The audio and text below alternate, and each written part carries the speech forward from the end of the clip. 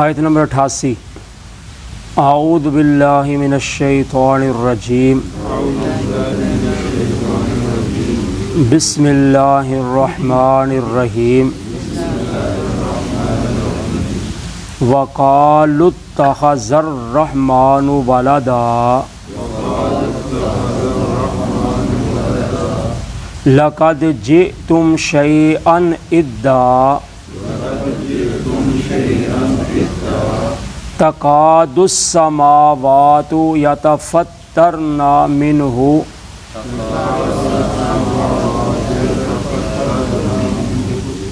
وتنشق الارض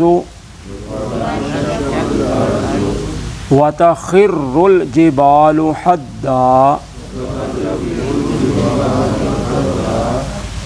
ان دعوا للرحمن ولدا وما ينبغي للرحمن ان يتخذ ولدا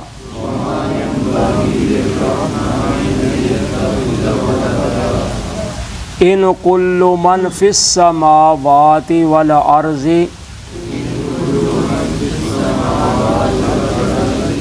الا آتي الرحمن عبدا لقد احصاهم وعدهم عدا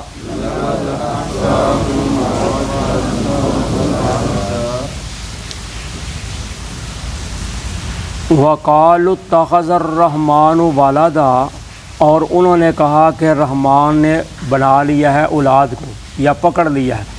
لقد جئتم شیئا ادا، البتہ تحقیق تم آئے ہو ایک بہت بری بات کو یا بھاری چیز کو۔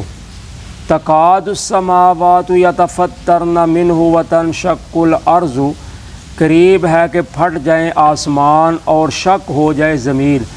وتخر الجبال حدا، اور ہو جائیں پہاڑ ریزہ ریزہ۔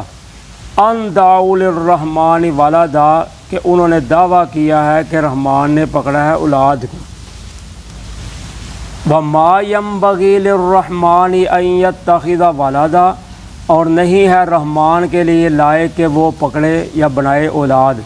ان كل من في السماوات والارض الا آتي الرحمن عبدا، نہیں ہے کوئی جو آسمانوں میں اور زمین میں ہے مگر وہ آنے والا ہے رحمان کی طرف غلام بن کر۔ لقد احصاهم وعدهم عدا، البتہ تحقیق اس نے ان کو شمار کیا ہوا ہے شمار کرنا۔ اللہ تعالیٰ فرماتے ہیں کہ مشرکین مکہ کہتے ہیں کہ رحمان نے اولاد بنا لی ہے، یعنی یہودی کہتے تھے حضرت عزیر اللہ کا بیٹا ہے، عیسائی کہتے تھے حضرت عیسیٰ اللہ کے بیٹے ہیں۔ تو مشرکین مکہ جو تھے وہ کہتے تھے جو فرشتے ہیں وہ اللہ کی بیٹیاں ہیں، یا ان کے جو دیوتے تھے ان کو کہتے تھے یہ اللہ کے بیٹے بیٹیاں ہیں۔ تو اللہ تعالیٰ فرماتے ہیں کہ تم بہت ایک بڑی بھاری چیز کو لائے ہو، یعنی بہت بری بات تم یہ کر رہے ہو کہ رحمان کے بیٹے بیٹیاں ہیں۔ تو اللہ تعالیٰ فرماتے ہیں کہ قریب ہے کہ آسمان و زمین پھٹ جائیں اور پہاڑ ریزہ ریزہ ہو جائیں، یعنی اللہ کے غضب سے اگر اللہ اس پر غصہ کر جائیں، ناراض ہو جائیں، تو قریب ہے اللہ کے غصے کی وجہ سے آسمان و زمین ہی پھٹ جائیں اور پہاڑ ریزہ ریزہ ہو جائیں کہ اتنا بڑا تم اللہ پر الزام لگا رہے ہو۔ تو کیونکہ وہ دعویٰ کر رہے ہیں رحمان کی اولاد کا۔ تو حدیث پاک میں آتا ہے، نبی اکرم صلی اللہ علیہ وسلم فرماتے ہیں کہ اللہ تعالیٰ فرماتے ہیں کہ آدم کا بیٹا مجھے ایذا پہنچاتا ہے، یعنی تکلیف پہنچاتا ہے، اور آدم کا بیٹا مجھے گالی نکالتا ہے، حالانکہ اس کے لیے یہ لائق نہیں ہے۔ تو تکلیف پہنچانا کی ہے آدم کے بیٹے کا، فرمایا وہ مجھے یہ تکلیف دیتا ہے کہ کہتا ہے کہ میں دوبارہ زندہ کیا جاؤں گا، یعنی میں دوبارہ اٹھایا جاؤں گا۔ تو جس اللہ نے جب کچھ بھی نہیں تھا اس وقت بنا لیا تھا، تو اب تو اس کے لیے بنانا مشکل ہی نہیں ہے۔ تو اللہ کو کہہ رہا ہے کہ یہ کیسے ہو سکتا ہے کہ اللہ مجھے دوبارہ زندہ کرے، تو پہلے کس نے کیا تھا؟ تو اللہ تعالیٰ فرماتے ہیں یہ مجھے تکلیف دیتا ہے آدم کا بیٹا۔ تو گالی مجھے کیا دیتا ہے؟ وہ یہ کہتا ہے کہ رحمان کی اولاد ہے۔ حالانکہ جن چیزوں کی ضرورت اولاد سے ہوتی ہے ان کو اللہ تعالیٰ کی ضرورت ہی نہیں ہے۔ تو اللہ تعالیٰ فرماتے ہیں جو کچھ آسمان و زمین میں ہے، یعنی جتنی بھی مخلوقات ہیں وہ سب رب کے غلام بن کر آنے والے ہیں۔ تو جو غلام ہو ان کو اولاد بنانے کی ضرورت ہی نہیں ہوتی، کیونکہ وہ تو پہلے ہی نوکر ہیں، پہلے ہی ملازم ہیں۔ تو غلام جو ہوتا ہے وہ اولاد نہیں ہوتی، جو اولاد ہوتی ہے وہ غلام نہیں ہوتی۔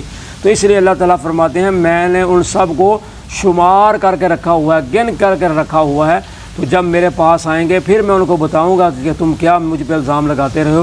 تو اس لیے اللہ تعالیٰ کو نہ اولاد کی ضرورت ہے، نہ اللہ تعالیٰ کسی سے پیدا ہوئے ہیں، نہ اللہ تعالیٰ نے کسی کو اپنے سے پیدا کیا ہے۔ تو اس لیے یہ الزام ہے اللہ تعالیٰ کی ذات پر کہ کہنا کہ اللہ تعالیٰ کے یہ بیٹے ہیں یا بیٹیاں ہیں۔